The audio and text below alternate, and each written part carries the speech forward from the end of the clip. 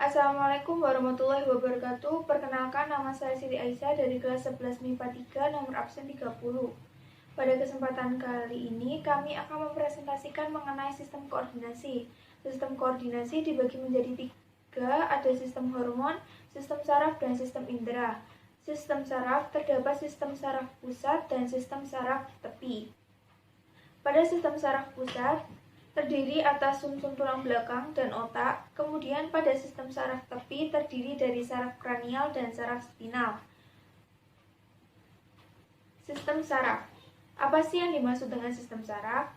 Sistem saraf adalah salah satu bagian dari sistem koordinasi yang mengatur aktivitas tubuh melalui rangsangan listrik secara cepat. Sistem saraf berfungsi menerima, mengolah, dan menyampaikan rangsangan dari seluruh organ. Pada sistem saraf, ada yang dinamakan dengan sel saraf atau neuron. Neuron adalah unit fungsional terkecil dari sistem saraf yang menyusun jaringan saraf. Pada gambar tersebut, panah A menunjukkan dendrit yang berfungsi menangkap rangsangan dalam bentuk impuls dan meneruskannya ke akson. Pada panah B menunjukkan badan sel yang berfungsi menerima rangsangan dari dendrit dan meneruskannya ke akson. Pada panah C menunjukkan akson yang berfungsi mengirimkan impuls dari badan sel ke sel saraf yang lain atau jaringan lain. Kemudian pada panah C menunjukkan sel Schwann. Sel Schwann merupakan penunjang sel saraf berupa lemak yang berfungsi menghasilkan mielin atau selubung saraf. Sel Schwann membungkus akson beberapa kali hingga membentuk selubung mielin. Kemudian pada panah E menunjukkan selubung mielin yang berfungsi melindungi akson dan memberi nutrisi. Pada panah F menunjukkan nodus Ranvier. Nodus Ranvier merupakan bagian dari akson yang tidak terbungkus mielin. Nodus Ranvier berfungsi mempercepat penghantaran impuls.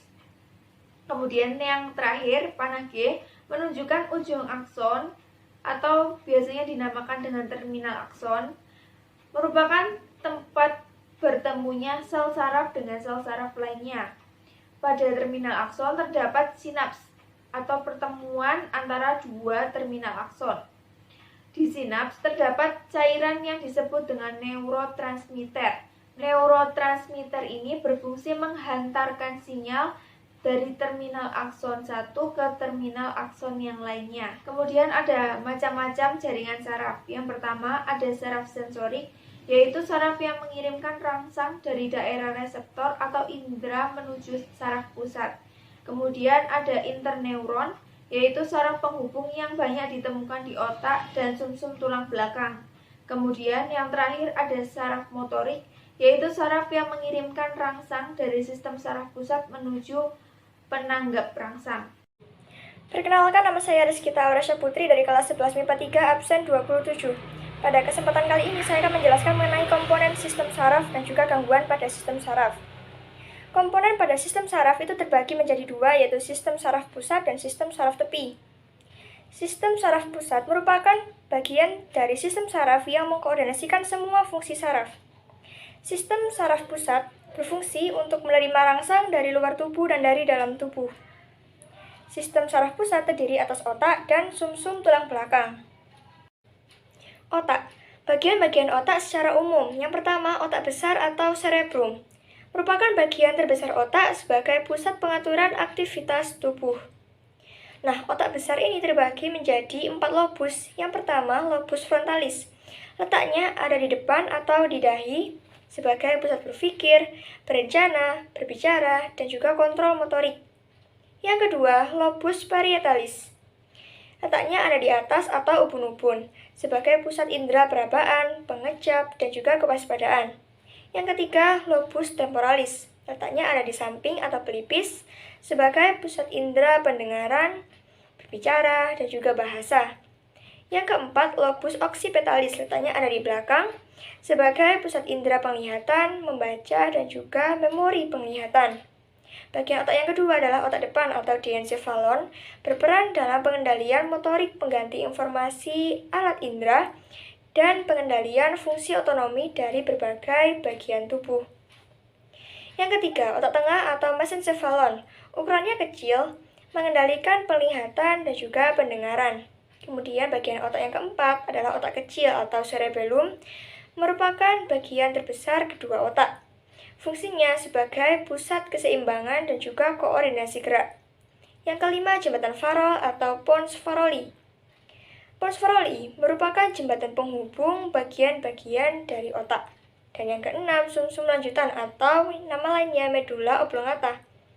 Medula oblongata adalah penghubung otak ke sumsum tulang belakang. Berfungsi untuk mengatur tekanan darah, denyut jantung, frekuensi pernafasan, kemudian produksi ludah, batuk, dan juga bersin. Sumsum tulang belakang. Sumsum tulang belakang atau medula spinalis adalah organ yang bertanggung jawab atas pusat otak koordinasi gerak refleks. Medula spinalis terdapat pada ruas-ruas tulang belakang sampai pada ruas kedua tulang pinggang. Fungsinya adalah untuk menghantarkan impuls dari reseptor ke otak lalu ke efektor dan sebagai alternatif jalan terpendek gerak refleks. Nah, gambar tersebut merupakan struktur irisan melintang dari medula spinalis, di mana nomor 1 merupakan bagian luar atau substansi putih, mengandung serabut saraf. Yang kedua, bagian dalam atau substansi kelabu, yang dimana 2A merupakan akar dorsal atau punggung, mengandung badan sel saraf sensori atau eferen yang dendritnya berhubungan dengan reseptor. Sedangkan 2B merupakan akar ventral atau perut, mengandung badan sel motorik atau eferen yang aksonnya berhubungan dengan efektor. Dan yang nomor 3 merupakan kanal sentral, yaitu saluran tengah medula spinalis yang mengandung cairan cerebrospinalis. 2. Sistem saraf tepi adalah lanjut jaringan saraf yang bertugas membawa impuls dari dan ke sistem saraf pusat. Nah, berdasarkan arah impuls, sistem saraf terbagi menjadi 2, yaitu 1. Saraf aferen adalah saraf yang menghantarkan impuls dari reseptor ke sistem saraf pusat. 2. Saraf eferen adalah saraf yang menghantarkan impuls dari sistem saraf pusat ke efektor. Nah, sedangkan berdasarkan asalnya, sistem saraf tepi terdiri dari 1. Saraf kranial. Saraf kranial berjumlah 12 pasang yang merupakan percabangan dari otak atau kepala. Contohnya dapat kita lihat pada gambar tersebut. Yang kedua, saraf spinal berjumlah 31 pasang yang dimana merupakan percabangan dari sumsum tulang belakang dan juga campuran dari saraf motorik dan saraf sensorik. Terdiri dari 8 pasang saraf leher, 12 pasang saraf punggung, 5 pasang saraf pinggang, 5 pasang saraf pinggul, dan 1 pasang saraf ekor. Beberapa gangguan pada sistem saraf. 1. Meningitis merupakan radang selaput pelindung sistem saraf pusat. 2. Stroke. Stroke merupakan kerusakan otak akibat tersumbat atau pecahnya pembuluh darah otak, di mana dapat menyebabkan bagian tubuh lumpuh sebagian atau seluruhnya. 3. Gegar otak merupakan gangguan yang disebabkan oleh cedera otak berupa benturan. 4. Epilepsi, yaitu tidak dapatnya sistem saraf merespon rangsangan atau efektor yang bekerja tanpa dikontrol atau diperintah. Kemudian, ada gangguan pada sistem saraf. Yang kelima ada neurostonia atau yang biasa disebut dengan lemah saraf. Merupakan penyakit yang diakibatkan gen atau keracunan. Kemudian yang keenam ada migrain. Migrain adalah jenis sakit kepala yang didasari oleh gangguan saraf dalam otak. Dan yang ketujuh ada neuritis, merupakan istilah yang umum digunakan untuk kondisi saraf perifer yang meradang. Kemudian yang terakhir atau yang ke-8 ada hidrosefalus, adalah kondisi saat terjadinya penumpukan cairan berlebihan di dalam otak. Sekian penjelasan mengenai sistem saraf dari kelompok kami. Selanjutnya akan ada penjelasan pada sistem hormon dan sistem indera yang dilanjutkan oleh rekan saya. Sebelum lanjut membahas mengenai materi sistem hormon, perkenalkan nama saya Rahma Dwi Masari, absen 24. Sistem hormon. Pengertian dari sistem hormon atau yang biasa disebut dengan endokrin adalah sekumpulan kelenjar dan organ yang memproduksi hormon, yaitu senyawa organik pembawa pesan kimiawi di dalam aliran darah menuju sel atau jaringan tubuh. Selanjutnya yaitu fungsi sistem endokrin. Secara umum, sistem endokrin itu bertanggung jawab untuk mengatur berbagai fungsi tubuh melalui pelepasan hormon seperti metabolisme, tumbuh kembang, fungsi dan reproduksi seksual, tekanan darah, nafsu makan, dan juga siklus tidur. Fungsi lain dari sistem endokrin yaitu sebagai berikut. Yang pertama adalah membedakan sistem saraf dan sistem reproduktif pada janin yang sedang berkembang. Yang kedua adalah menstimulasi urutan perkembangan. Yang ketiga, mengkoordinasi sistem reproduktif. Yang keempat, memelihara lingkungan internal optimal. Dan yang kelima adalah melakukan respon korektif dan adaptif ketika terjadi situasi darurat. Selanjutnya yaitu karakteristik pada kelenjar endokrin. Karakteristik pada kelenjar endokrin yaitu yang pertama, tidak memiliki saluran dan menyekresikan hormon langsung ke dalam cairan di sekitar sel. Yang kedua adalah menyekresi lebih dari satu jenis hormon kecuali kelenjar paratiroid. Yang ketiga, memiliki sejumlah sel sekretori yang dikelilingi banyak pembuluh darah dan ditopang oleh jaringan ikat. Yang keempat, masa aktif kelenjar endokrin dalam menghasilkan hormon itu berbeda-beda.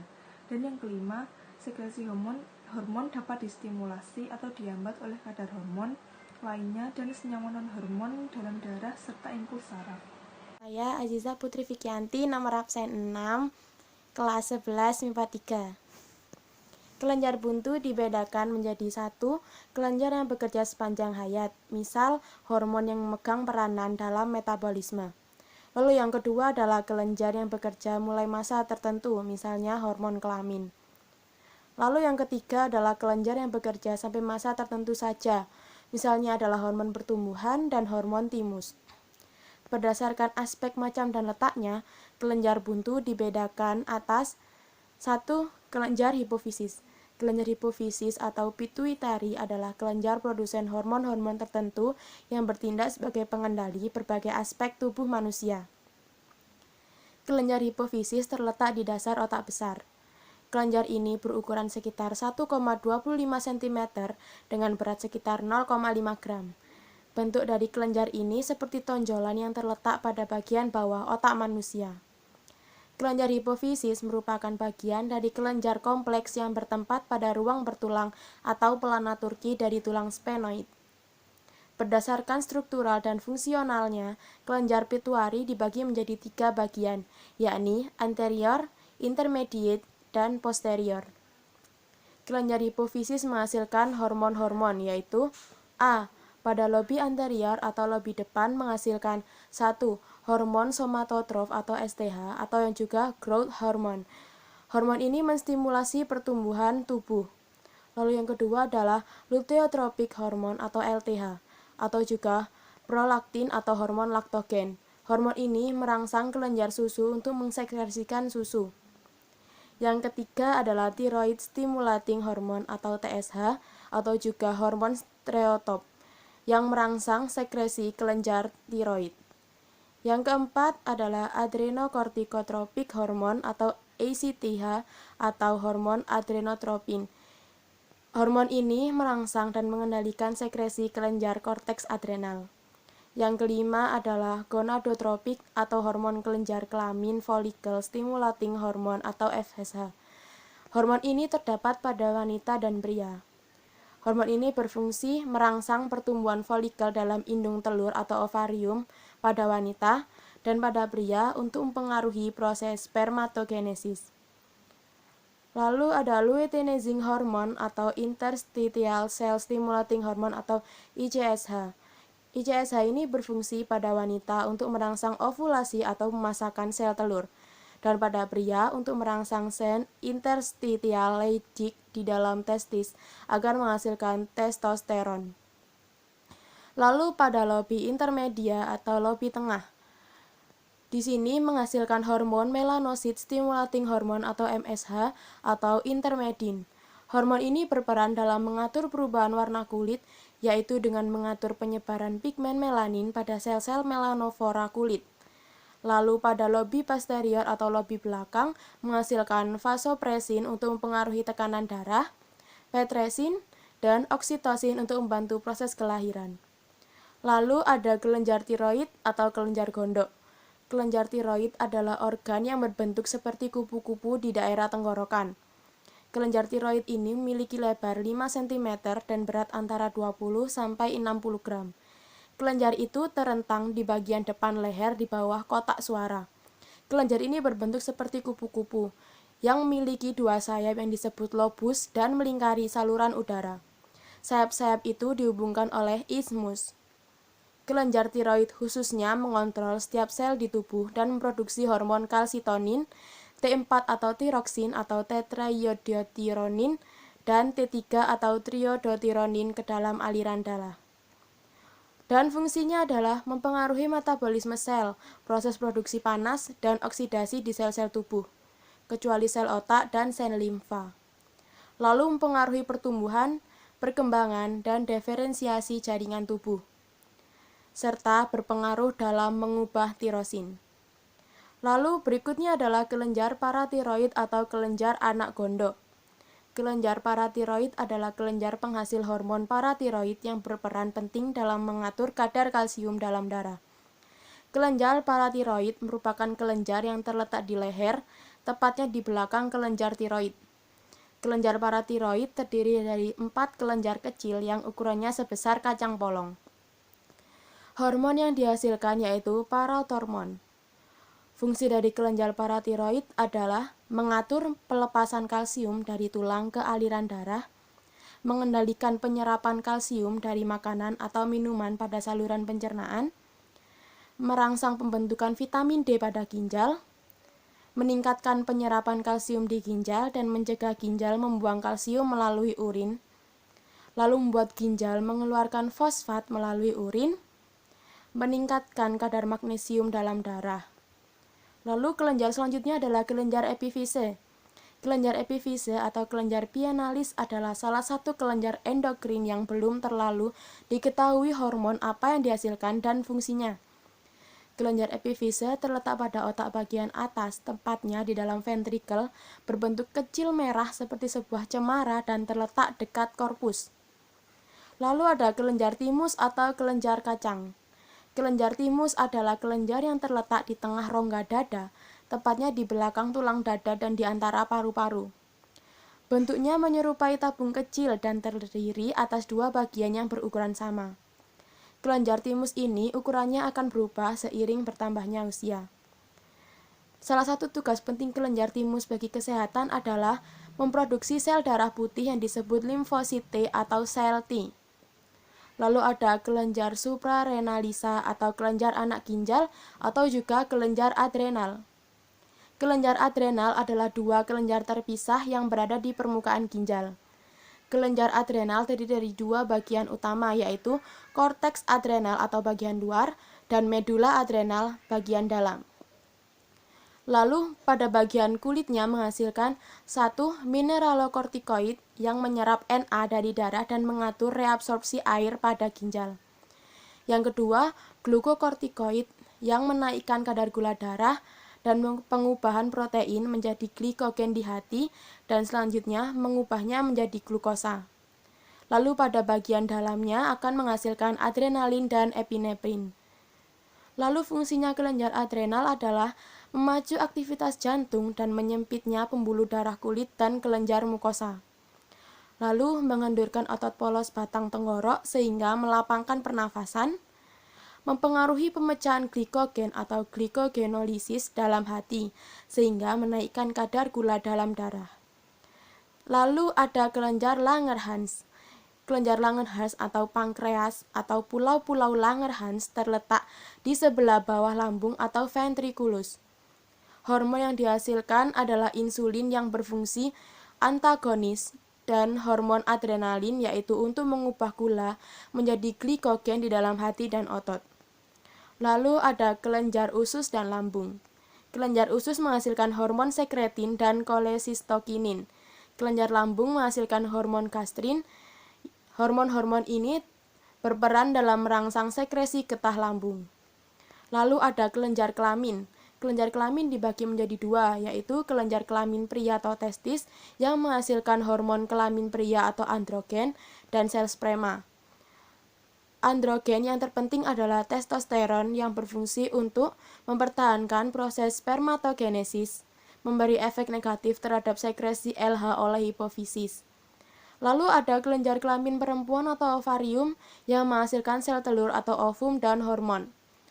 Hormon perempuan yang meliputi yaitu estrogen yang dihasilkan oleh sel follicle de Graaff. Lalu progesteron yang dihasilkan oleh korpus luteum, yaitu bekas folikel yang telah ditenggelamkan oleh sel telur. Lalu ada gangguan pada sistem hormon. Yang pertama adalah gigantisme. Gigantisme adalah berlebihnya produksi hormon pertumbuhan pada anak-anak yang memberi dampak kepada ukuran tinggi dan berat badannya. Gigantisme berbeda dengan akromegali. Akromegali biasanya terjadi pada orang dewasa dan sering terdiagnosis pada usia 30-50 tahun. Sedangkan gigantisme terjadi sebelum akhir pubertas atau sebelum lempeng pertumbuhan menutup. Penyebab penyakit gigantisme yang paling sering ditemui adalah tumor pada kelenjar hipofisis atau tumor kelenjar pituitari yang terletak pada bagian bawah otak. Lalu penyakit yang selanjutnya adalah akromegali. Akromegali merupakan suatu penyakit yang sangat jarang terjadi karena kelenjar pituitari menghasilkan hormon pertumbuhan atau growth hormone atau GH yang berlebihan setelah penutupan tulang pertumbuhan pada orang dewasa.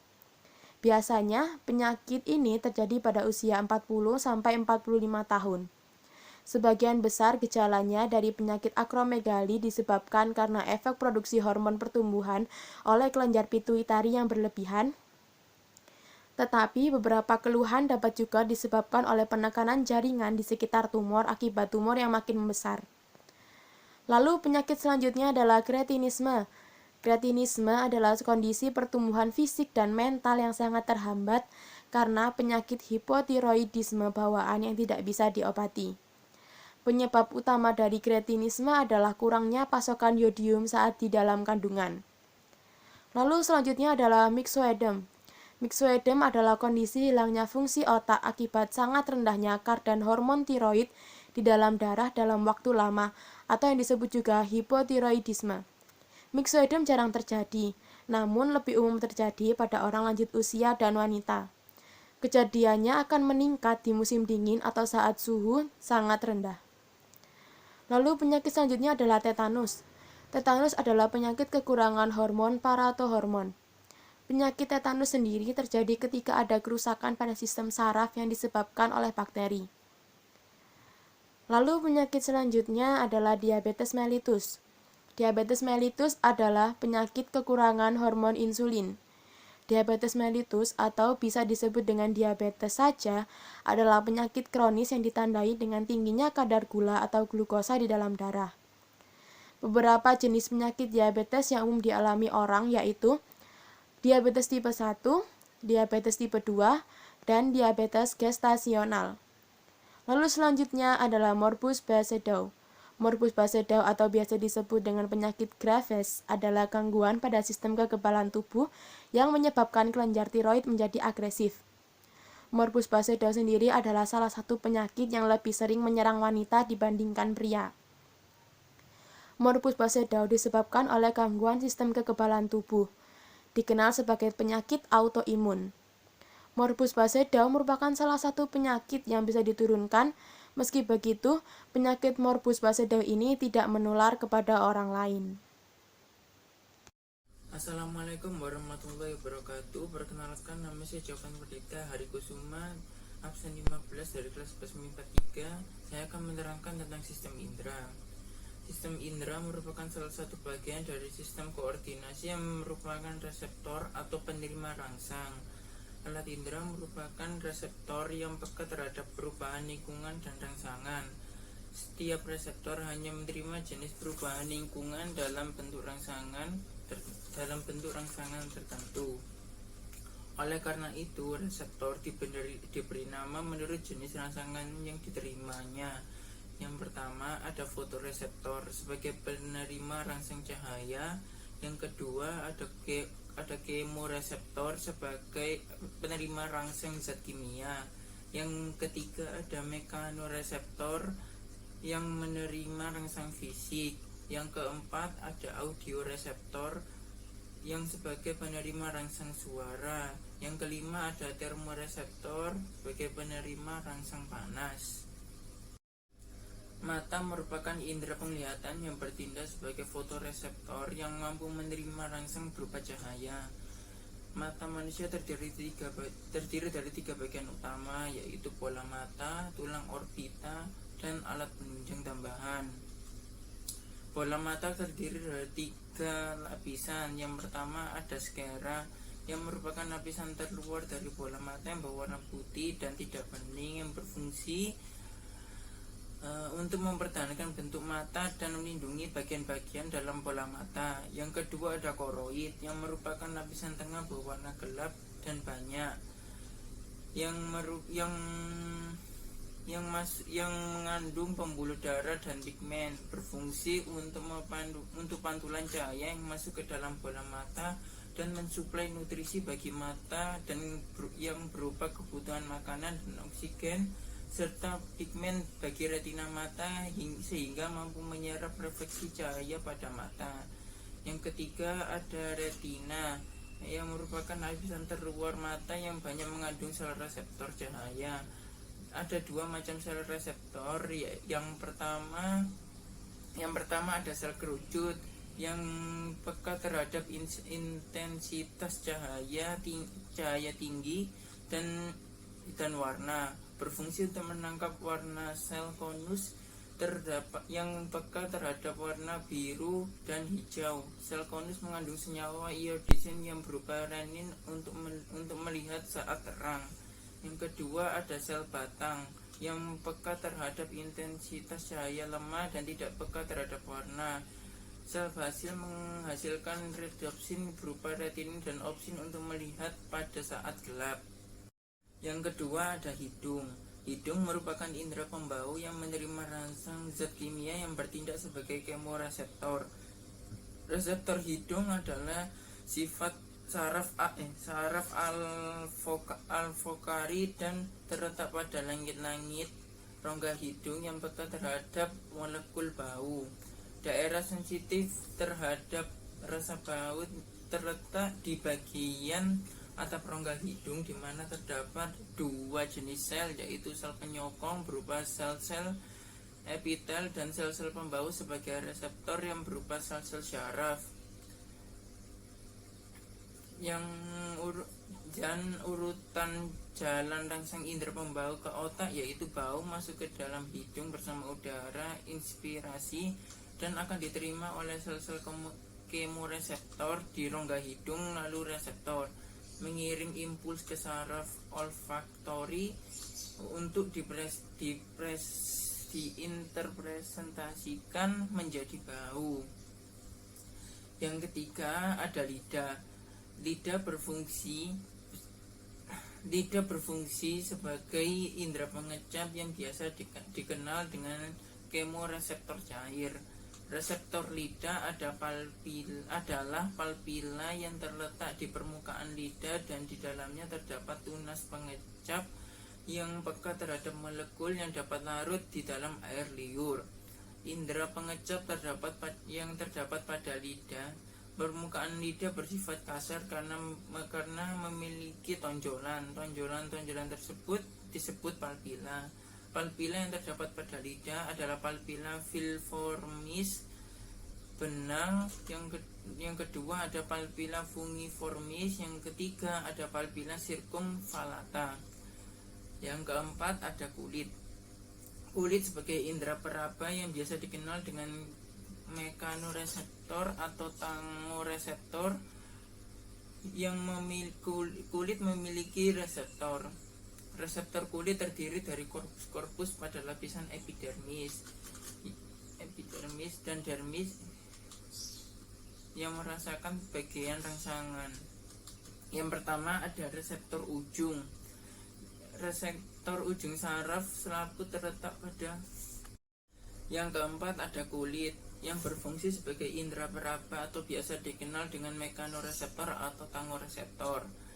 Kulit memiliki reseptor. Reseptor kulit terdiri dari korpus pada lapisan epidermis dan dermis yang dapat merasakan berbagai rangsangan. Yang pertama ada reseptor ujung saraf tanpa selaput, terletak pada epidermis yang merasakan sakit atau nyeri. Yang kedua ada reseptor ujung rambut yang terletak di sekitar folikel rambut dan merasakan gerakan rambut. Yang ketiga ada ujung saraf Pancini yang merasakan tekanan kuat. Yang keempat ada ujung saraf Ruffini yang merasakan panas. Yang kelima ada ujung saraf Krause yang merasakan dingin. Yang keenam ada ujung saraf Meissner yang merasakan sentuhan. Yang ketujuh ada diskus Meckel yang terletak di lapisan epidermis yang merasakan sentuhan, tekanan ringan, dan sakit atau nyeri. Perkenalkan, nama saya Farel Rafalino Avero dari kelas 11 MIPA 3 absen 12. Telinga merupakan indera pendengaran atau fonoreseptor dan sebagai pendeteksi keseimbangan atau equilibrium. Telinga menerima rangsangan berupa getaran sehingga disebut fonoreseptor. Reseptor telinga untuk pendengaran adalah organ korti pada koklea dan untuk keseimbangan adalah otolit. Telinga berfungsi untuk menerima gelombang suara. Gelombang suara merupakan suatu perubahan, penekanan, dan peregangan dari molekul udara yang disebabkan oleh bergetarnya suatu benda. Kerasnya suara bergantung pada besarnya getaran atau amplitudo, dan tinggi nada suara bergantung pada frekuensi atau getaran per detik dari suatu gelombang. Berikutnya, adapun gangguan-gangguan yang dapat terjadi pada sistem indera. Gangguan pada sistem indera, berbagai aktivitas yang dilakukan oleh tubuh tidak terlepas dari kontrol sistem koordinasi. Adanya pola hidup yang tidak sesuai dapat mengakibatkan terjadinya gangguan atau kelainan pada sistem tubuh, salah satunya pada sistem indera tubuh kita. 1. Gangguan kelainan penglihatan mata. Indera penglihatan dapat mengalami gangguan atau kelainan. Beberapa cacat mata diantaranya adalah sebagai berikut. 1. Rabun jauh atau miopi adalah gangguan pada penglihatan yang menyebabkan objek yang letaknya jauh terlihat kabur, tapi tidak ada masalah melihat objek yang letaknya dekat. Miopi atau rabun jauh juga dikenal dengan istilah mata minus. 2. Rabun dekat atau hipermetropi adalah gangguan penglihatan jarak dekat. Pada penderita hipermetropi, objek yang jauh terlihat jelas, tetapi objek yang dekat justru terlihat tidak jelas atau buram. 3. Astigmatisme adalah gangguan penglihatan akibat kelainan pada kelengkungan kornea atau lensa mata. Kondisi ini menyebabkan pandangan kabur atau menyimpang baik dalam jarak dekat maupun jarak jauh. 4. Presbiopi adalah kondisi ketika mata secara bertahap kehilangan kemampuan untuk fokus melihat objek jarak dekat.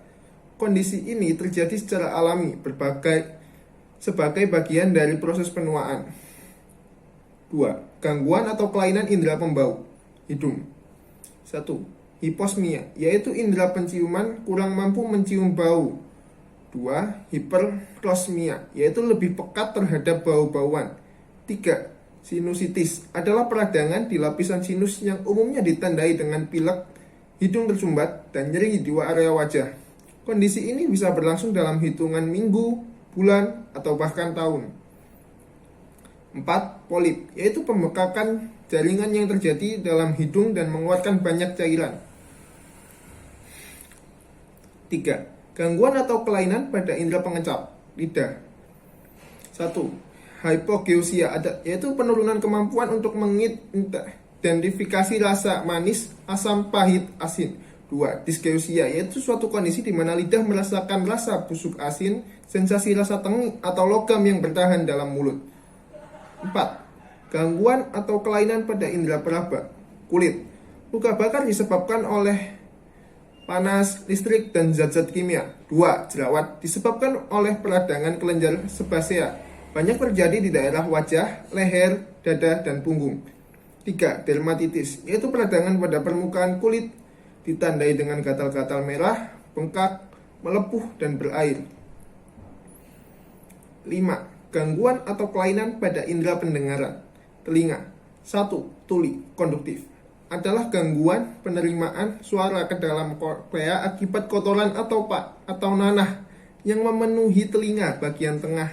2. Tuli saraf atau tuli yang terjadi akibat kerusakan pada koklea, organ korti atau saraf pendengaran. 3. Otitis media, yaitu radang yang disebabkan oleh peradangan pada tenggorokan, karena adanya saluran eustasius yang menghubungkan keduanya. 4.